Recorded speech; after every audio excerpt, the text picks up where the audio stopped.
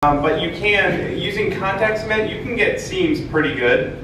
And especially if you're going to seal it, or if you can take that seam and hide it under another layer, like you're saying, adding layers over it, then you can take 4 of them and make a 4x4 size sheet. You could do that. You just have to cut it. And when you're working with something like EVA foam, use a really sharp knife and either sharpen or replace the blades frequently, because foam, believe it or not, fills the crap out of blades like crazy. So keep replacing them so you get really nice clean edges on your cuts, and then use your contact cement to sort of butt those seams together, and you can get a bigger sheet like that. Yeah. And practice too, like getting really good seams takes practice, but once you get it, it's really nice. Let's go over here. Go ahead, Jane had. All right, 2 quick questions. The spikes, what are they made out of? The spikes on this one are actually resin cast. And so the originals were wood that I sanded down, and then all the detail layers were clay.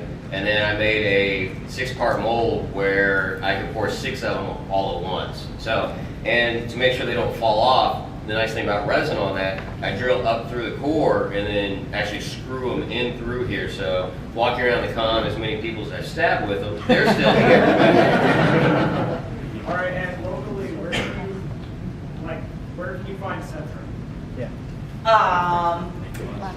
Okay, go ahead. I'm in the industry, actually the sign industry. There's probably a dozen suppliers here locally.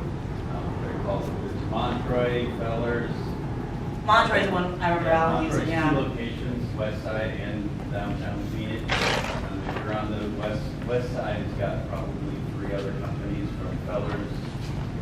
Actually, you can Google sign suppliers in Arizona, and they'll just show you all. Or wherever you live, yeah, look for sign suppliers or sign manufacturers, because they're always getting large sheets of it for the big signs and stuff. Yeah, they sell it 4x8.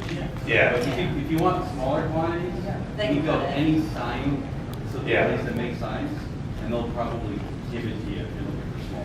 If you're looking for cut-off pieces, they'll have just like the ends cut-off pieces, and a lot of times I need like, I don't know, like a square foot or a tiny bit of it. And we have a place called Tap Plastics up in Seattle, and I'll go there and they're like, just take it, whatever. I'm actually completely the cheap way of doing it. I work at Lowe's when I'm not in my basement building stuff. And every time they destroy signs, everyone in the back knows, save those for Steve, he's going to go home and make something out of it. There was another one over there. Yeah, while doing the seeding, is there any way you can sand it off? It's really hard to see, because when you work hard surface modeling, like with Bondo and rigid plastics, you can just fill it in with resin or Bondo or whatever, and then sand it down. With foam, you can't do that. So that's where practicing getting good seams in the first place makes a huge difference. But also planning where you're going to put your seams if you're building your own templates, so that you can put another layer of something over it to hide those seams. It's called hiding your lines, basically. I've had one, like, so if you need really complex curves for like a really round shoulder piece or something, you may end up just manhandling and heating and mashing that piece together, and the seam is just hideous. And then you just take another little strip of plastic or foam, just glue it right over that, and you're like, oh, that looks great. That is now also considered battle damage. Oh yeah. Well, that part's getting weathered. All right. Spike. I'm curious, seen a couple of your different armors. What types of things do you look for or like to use as far as undergarments to attach various pieces to? Very unique depending on what kind of costume you're doing. What are you wearing today? Today I am wearing just elastics that I go through, and same thing though, even on this, it's not just hot glued in, just because eventually that hot glue is going to come off and whatnot. So every time I've got washers under here that are actually screwing the elastic all the way up through into every single one of these, so it's not going anywhere. But like on Dead Space as well, the strips that I have around, I epoxied those on, so again, not hot glue, using epoxy, and then again, they're not going anywhere. Another good thing is Velcro when you have different armor pieces. Like you can get really like high quality, like good strong Velcro. And if you're using elastic straps with it too, like it's not going anywhere if you Velcro on a knee pad. And you know, use your contact cement and adhere it to the armor and you know, sew the other piece to whatever undersuit you're using. My shirt has, it's just an athletic shirt, and it's got Velcro here, here, and on my sides, and it's all sewn on. If you're going to attach Velcro to fabric, just sew it. Don't try and glue it. Way better to sew it.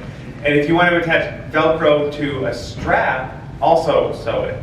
Velcro the back of it, you can hot glue it, and it works pretty good, but just cut and sew it.